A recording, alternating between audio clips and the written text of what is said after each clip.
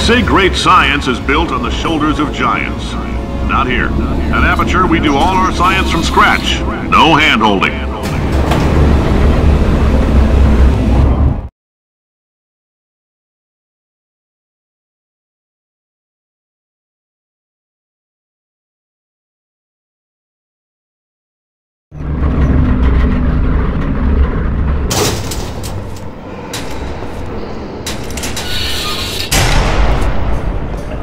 Let's get started. This first test involves something the lab boys call repulsion gel. You're not part of the control group, by the way. You get the gel. Last poor son of a gun got blue paint. All joking aside, that did happen. Broke every bone in his legs. Tragic, but informative. Or so I'm told.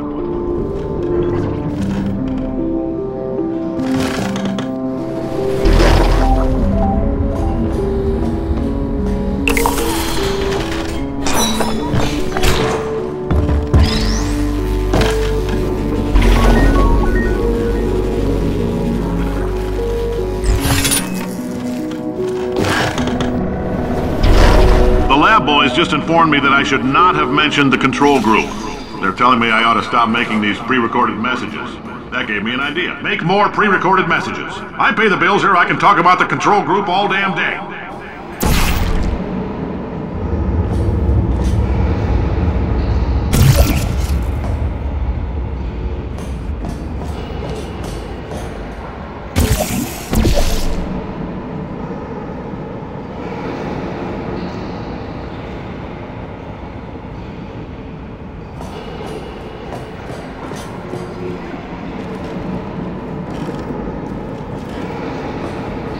For this next test, we put nanoparticles in the gel.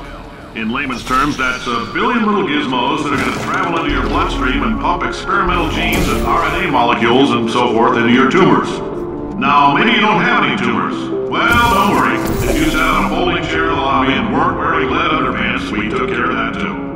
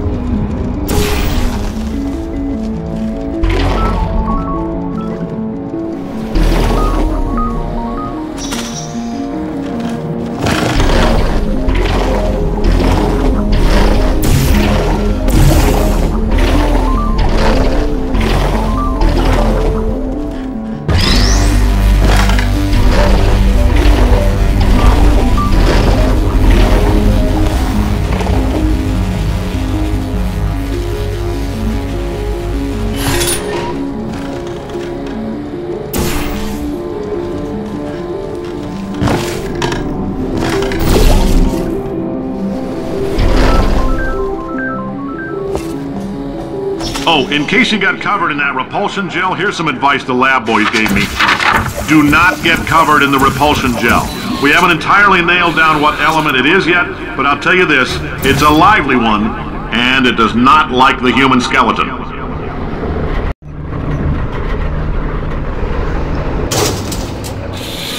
All these science spheres are made of asbestos, by the way. Keeps out the rats. Let us know if you feel a shortness of breath, a persistent dry cough, or your heart stopping, because that's not part of the test. That's asbestos. Good news is the lab boys say the symptoms of asbestos poisoning show a median latency of 44.6 years. So if you're 30 or older, you're laughing. Worst case scenario, you miss out on a few rounds of canasta. Plus, you forwarded the cause of science by 3 centuries. I punch those numbers into my calculator and makes a happy face.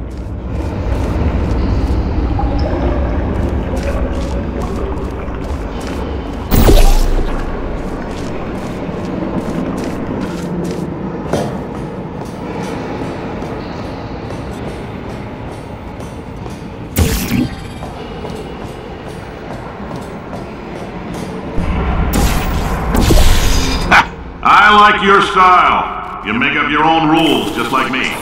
Bean Counter said I couldn't fire a man just for being in a wheelchair. Did it anyway. Ramps are expensive.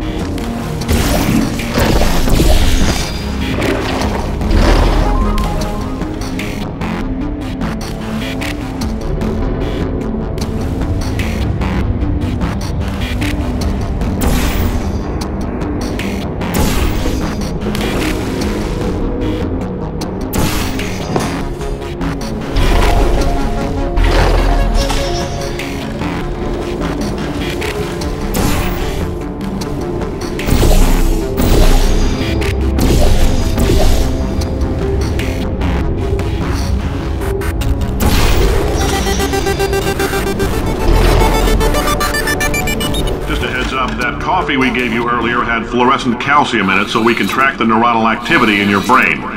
There's a slight chance the calcium could harden and vitrify your frontal lobe. Anyway, don't stress yourself thinking about it. I'm serious.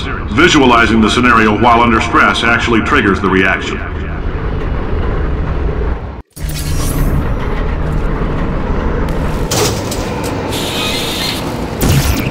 Now, if you're part of Control Group Kepler-7, we implanted a tiny microchip about the size of a postcard into your skull. Most likely you've forgotten it's even there. But if it starts vibrating and beeping during this next test, let us know. Because that means it's about to hit 500 degrees, so we're going to need to go ahead and get that out of you pretty fast.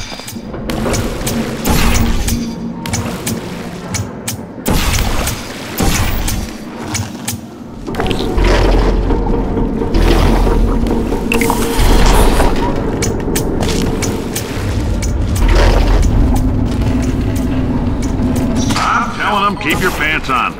All right, this next test may involve trace amounts of time travel. So, word of advice, if you meet yourself on the testing track, don't make eye contact. Lab boys tell me that'll wipe out time. Entirely. Forward and backward. So, do both of yourselves a favor and just let that handsome devil go about his business.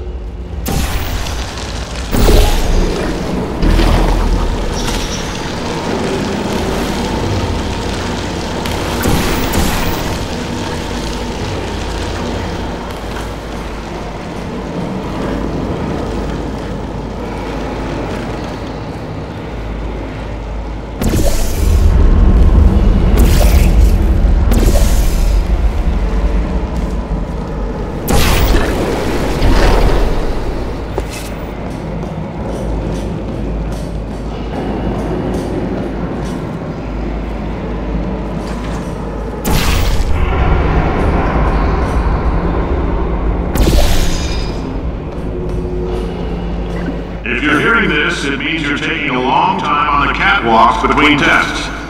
The lab boys say that might be a fear reaction. I'm no psychiatrist, but coming from a bunch of eggheads who wouldn't recognize the thrill of danger if it walked up and snapped their little pink bras, that sounds like protection. They didn't fly into space, storm a beach, or bring back the gold. No, sir, we did. It's you and me against the world, son. I like your grit. Hustle could use some work, though. Now let's solve this thing.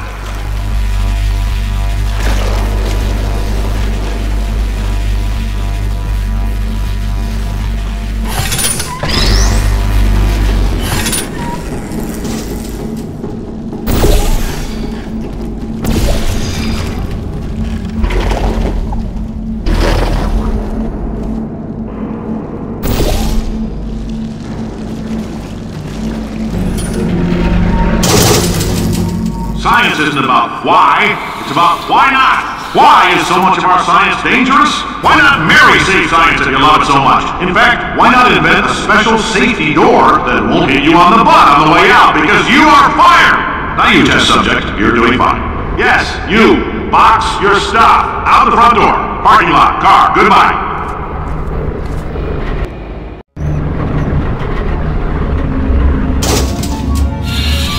Congratulations! The simple fact that you're standing here listening to me means you've made a glorious contribution to science.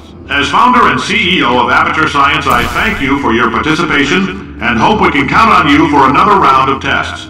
We're not going to release this stuff into the wild until it's good and damn ready, so as long as you keep yourself in top physical form, there'll always be a limo waiting for you. Say goodbye, Carolyn. Goodbye, Carolyn. She is a gem.